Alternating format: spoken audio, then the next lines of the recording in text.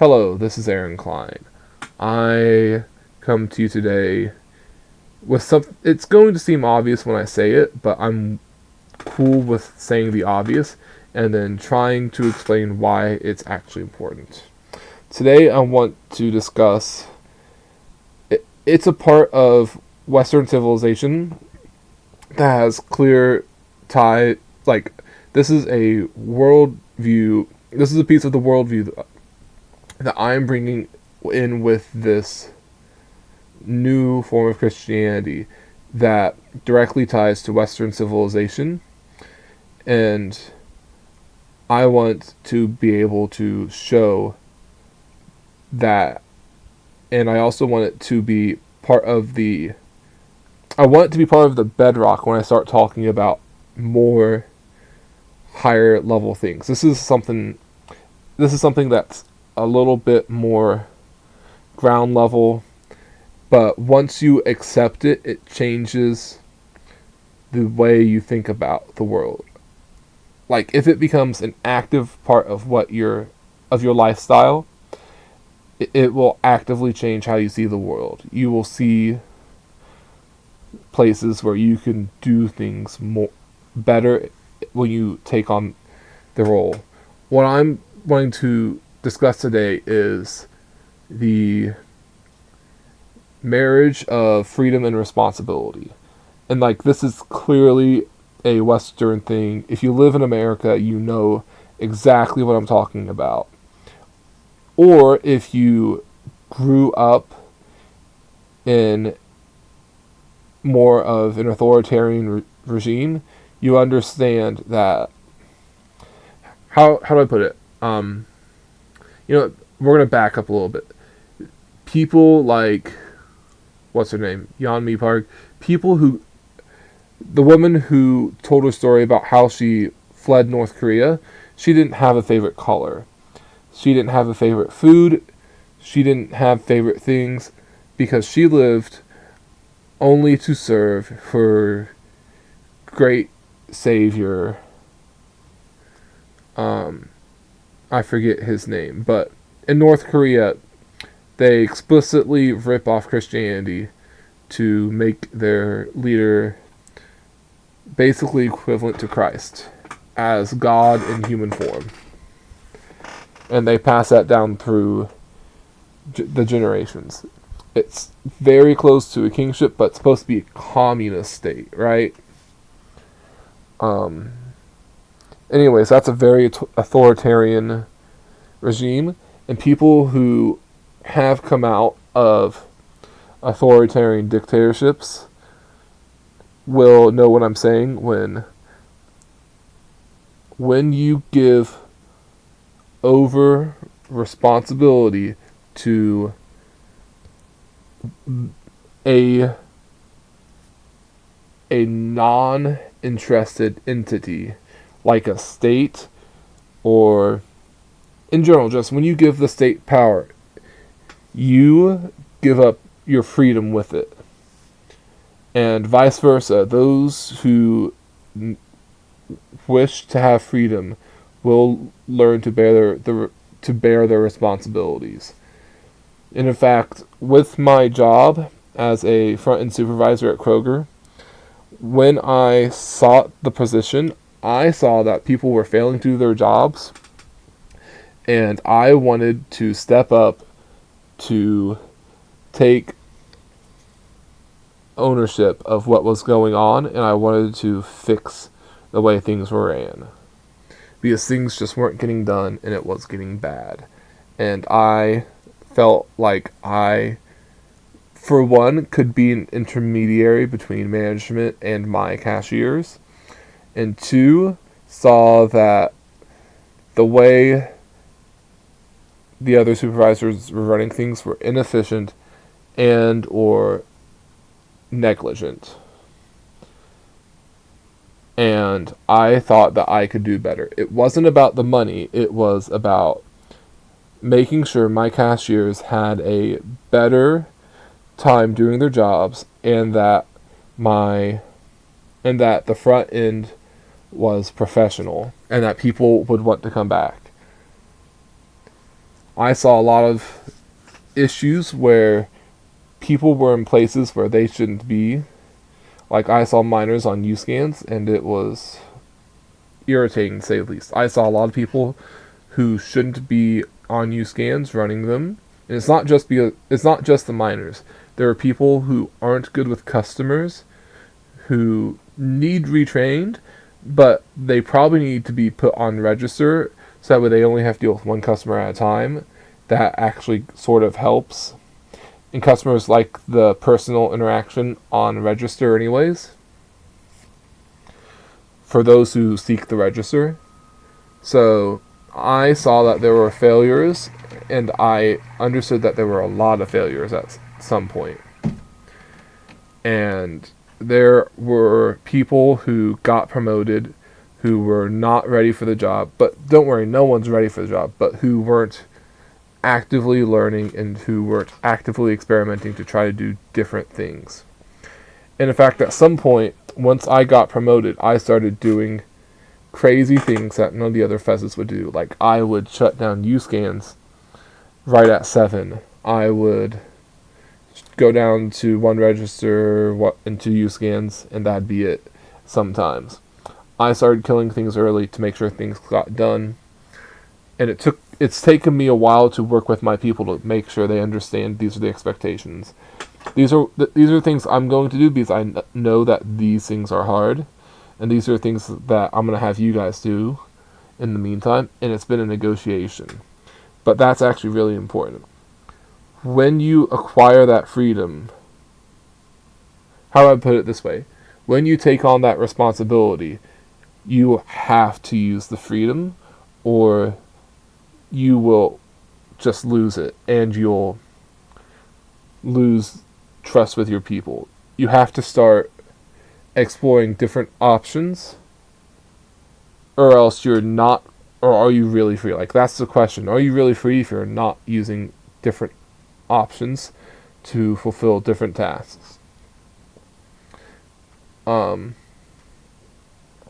And why is this conversation important? If you are a man, you understand this concept, you know that you behave much differently than the men who don't understand this concept. And it's not just that. There's very few women that understand this concept. And I'm not trying to be rude when I say this, but this tends to be a manager's idea.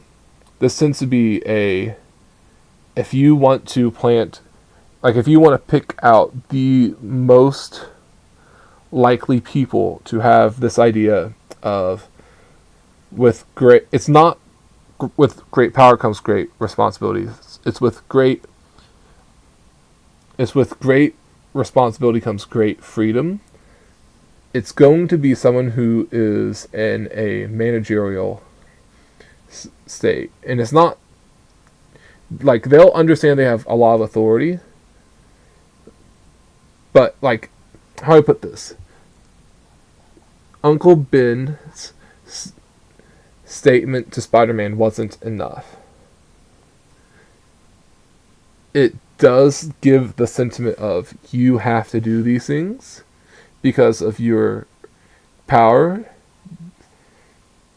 but the sentiment that applies to those of us around is you have a lot of freedom in how you're going to get this done, but do it. And that's actually a really important thing in my worldview. And it's not just important to managers. You're also going to find this in a lot of liberty-minded people. And what I mean by that is not just the crazy radical libertarians.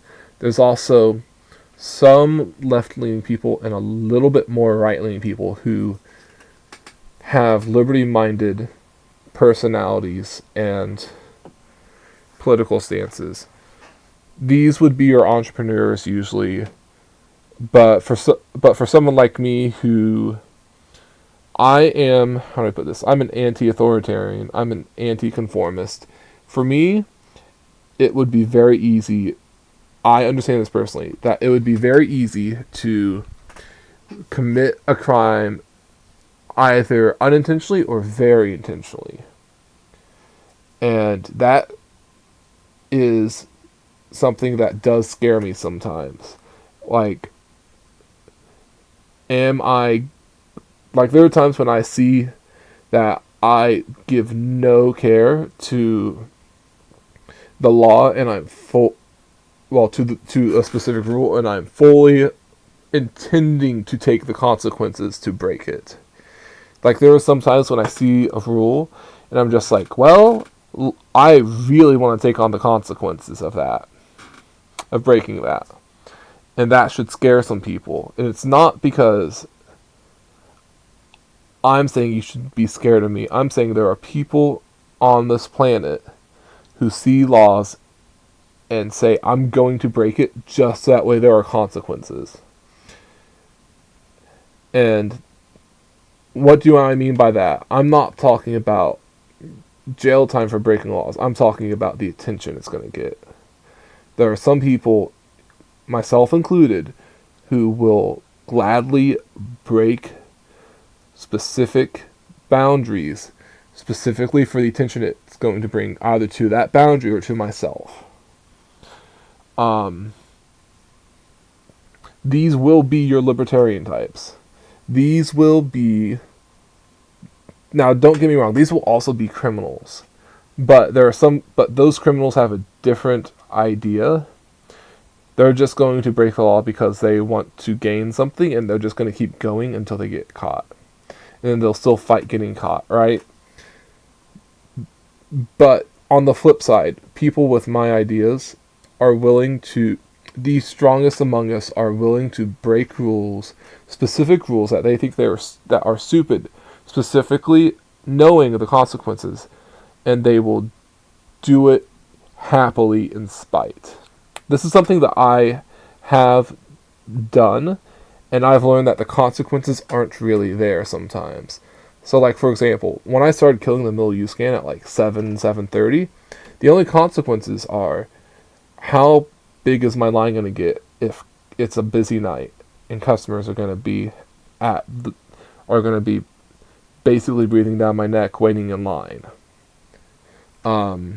Because at some point management doesn't care as long as you're getting the stuff done. In fact, they'll even tell you to do it even when you're starting to get lines to get stuff done. And sometimes you just have to do it. And sometimes the consequences is your employees are under immense pressure to keep up.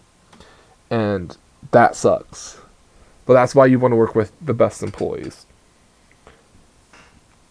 There are other times when there's one or two managers that do not like me, and it's for this reason. It's not because I kill stuff early. It's because I disregard their orders and they get pissed. I know full well what they're telling me to do is not a good idea, and I just completely ignore them. In fact, there's sometimes when they ask me over the intercom if I understand them, and I just, instead of saying I'm with a customer, which oftentimes I am, I just completely ignore them. I let them go, right? I let myself be radio silent, specifically to pretend that I didn't hear them or whatever. Because there are times when I will just accept the consequences because I think they're stupid. And you know what? Considering I still am not fired, I think it's okay. And that is something that's really important. With great responsibility comes great freedom. And yes, sure, management will overstep. That does happen with this one manager that really hates me. But he just doesn't trust anyone to do their jobs correctly, and that's just life. There are some people that will not trust you to do anything correctly, and a lot of those people tend to have control issues. And as you can tell, sometimes people in places of authority have control issues anyways, which is a risk, and I am fully aware that I have some control issues, but you know what? I am intentionally nonconformist on a lot of things, and that's okay. But it's actually really important to understand that for my religion and for my worldview and for a lot of people's worldview, that you should seek out responsibility so that way you have freedoms. And in fact, giving away responsibility to other people gives them power over you. It gives them the freedom. It removes the freedom from you and gives it to them. Your freedom to them. Right? That's what power is. Power is someone else having freedom over you. It's not just... You can sort of put it in terms of authority. But power is literally owning someone else's freedom. That little small section of it. Authority is you've intentionally loaned someone your will, so that way they can get stuff done because you trust them and you believe that they are going to do what they need to do with it in your best interest and in theirs, and it is voluntary and revocable. Power is when someone else now owns your will and there's no revoking it. This is actually an issue in corporate structures. There are times when people have power and times when people have authority. And to put that into perspective, there are people who are... You have to get... The reason why unions are valuable is because it puts a limit on the amount of power someone can have over you, that they could still have authority. And what I mean by that is literally the reason why I'm not fired and why I have a couple of friends that aren't fired is because sometimes when managers tell us to do something, sometimes we either don't do it and or say no. And that is technically a place for termination, but sometimes the union will say, no, the manager was wrong. They're not doing that. And in fact, there are times when you can tell a manager no. Like, for example, if one of my cart pushers is ordered by a manager to come in and run a register, the cart pusher can say, I'm not paid enough. And literally, that's what cart pushers should say. If a cart pusher wants to learn a register, that is definitely in the cards. But if a manager compels a cart pusher to come in and run a register who isn't actually getting paid to be a cashier, that cart pusher can and should say no. And when the manager tries to write them up, they can get a union representative, and the union will say, you didn't have the authority to compel this person to do this thing because you didn't pay them enough. They literally have to be put on a separate pay scale in order for you to tell them they have to do this. There are good... That's one of the big reasons why I think unions are valuable. Now, I don't like the fact that unions protect everyone, because not everyone needs protected, but I think the utility of a union is still there, and I think that unions need to be in cooperations with stores. They need to be friendly adversaries, good faith friendly adversaries, such that a store can bring enough compelling evidence that a union will be willing to let someone get fired that normally wouldn't have, like, the store wouldn't normally have enough credibility, enough value to fire someone. So, like, let's say someone is not just underperforming. Like, underperformance, you can get a whole bunch of write-ups before a store could even get close to firing you, and the union still may say no. But if someone's already underperforming and several members of the union is saying that to the union, and the store wants to fire him for something else that the union would normally say no to, unions should be willing to be flexible when their own people are telling them to let this person get fired. There's a couple people at my store that my store manager needs to fire, and it's impossible to do so. It's really hard to fire someone unless they are caught stealing or there's a couple of things that someone can do to get fired. Assault, clearly that's an issue that you can get fired for. Stealing, there's a couple of things with money, not just theft, but there's a couple of things that you can get fired for with money if you make really bad calls, which is why front end is one of the many reasons why front end has a high turnover rate. I know I'm rambling, but I'm going to bring it back right now. Those who understand that they should be seeking out responsibility have a very different way they walk, a very different way they live than those who don't. Oftentimes those who don't tend to, like, I'm going to say these words specifically to resonate with the way the generation younger than me is behaving. Like when you see them visibly behaving this way. People who do not understand that they should seek out responsibility to claw back freedom tend to be anxious. They tend to not know what meaning there is in their life. And for a definition of meaning that you can understand in my worldview, it is something worth doing that is, how do I put this? I've heard it multiple times, so I'm going to try to get the wording right. It's a why to bear anyhow. It is the why you take upon yourself. It is whatever gives you a why to bear the burdens of life, bear the tragedy and the malice of life, right? I think that's close.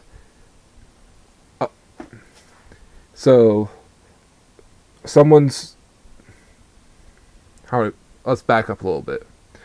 Yeah, they clearly don't have, clearly they're anxious, clearly they don't have a purpose in life or reason. They're all nihilistic, and I shouldn't say all. A lot of these people are nihilistic. A lot of them don't have the purpose. A lot of them, they are easily offended.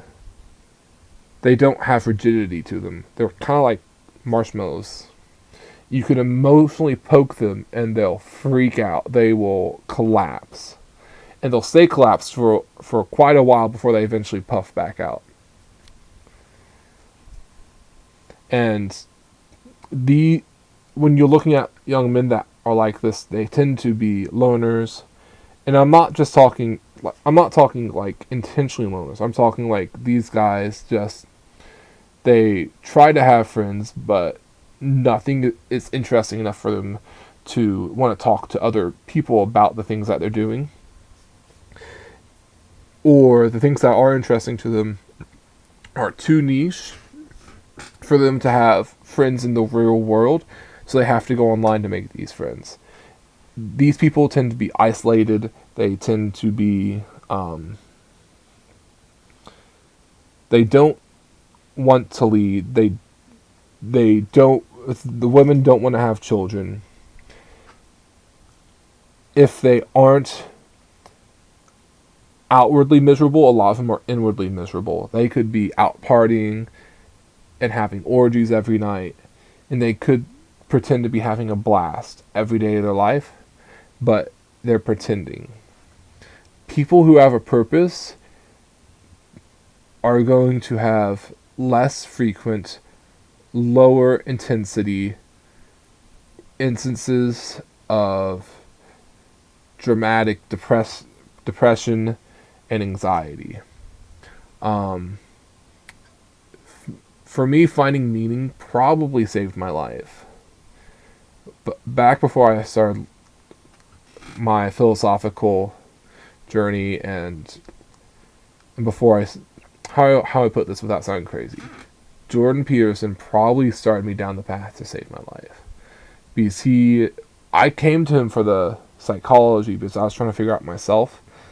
And I stayed with him because he helped fixed my religious views, and he helped me understand what was meaningful to me. He helped remind me that I have something worth living for. He helped me find that in myself and in the people around me. And less on the people around me, but in the things I can do, and in the future I can build for myself, and in the people I can get to know, and the life I can build for myself. And that actually leads me to the biggest conclusion from all of this. Sort of. It's that phrasing at the end.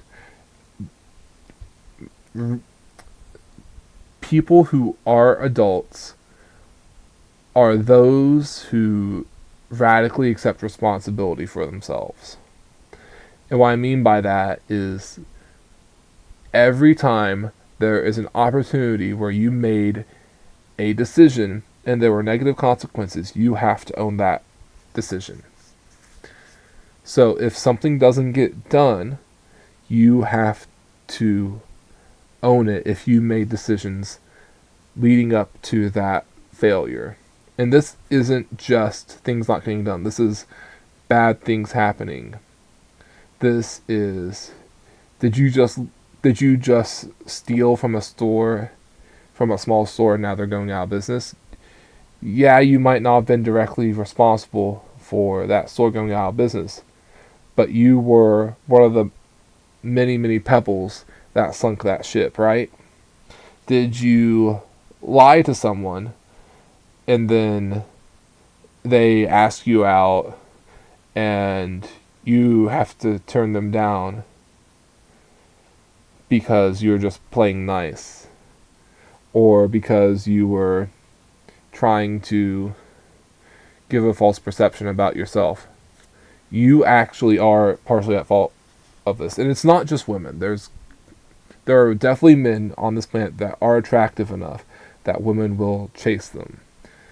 Now that I'm losing weight, I'm probably leaning towards that way, but I don't think there are women that will actively pursue me currently. I know there are some women that would say yes if I were to ask them out, but I've met these women. I know them beyond the outer level of high, and they're not mentally healthy. So I'm being very patient and picky. But all this goes without saying. Those who those who make decisions that have poor consequences need to take responsibility for them. And you should take responsibility for the decisions you make that have good consequences. And what I mean by decisions are actions or frames of this, or decision making frames, or specific decisions that you make before you make those actions, right? So what this boils down to is you have to take responsibility for yourself, and that's for the good and for the bad. And oftentimes it's better to fall on your own sword when things fail. But there are definitely times when there are definitely times in my job when things could not have been done any different, and things still failed. And sometimes that means you weren't at fault. There are some times when you've done literally everything you could, you made the right decisions all the way up, and sometimes other people's decisions cause you to fail. And you have to be willing to accept that sometimes you're not entirely at fault. But every time you see that you could be, you take responsibility for those actions. And sometimes that means that you're going to eat a shittier sandwich than you're supposed to, but that's just the way the world works. Thank you very much for your time. And I hope that on the next episode I get a little bit more concise, because I'm going to do I have a whole list of discussions I want to have, but this one's going to build right into the next one. And the next one, I'm hopefully not going to take like a whole hour on. So if you liked this kind of content, please please share it with other people. I know technically like, subscribe, comment down below. Those are all algorithm things, but I think this channel is only going to work with word of mouth. So thank you for your time and good night.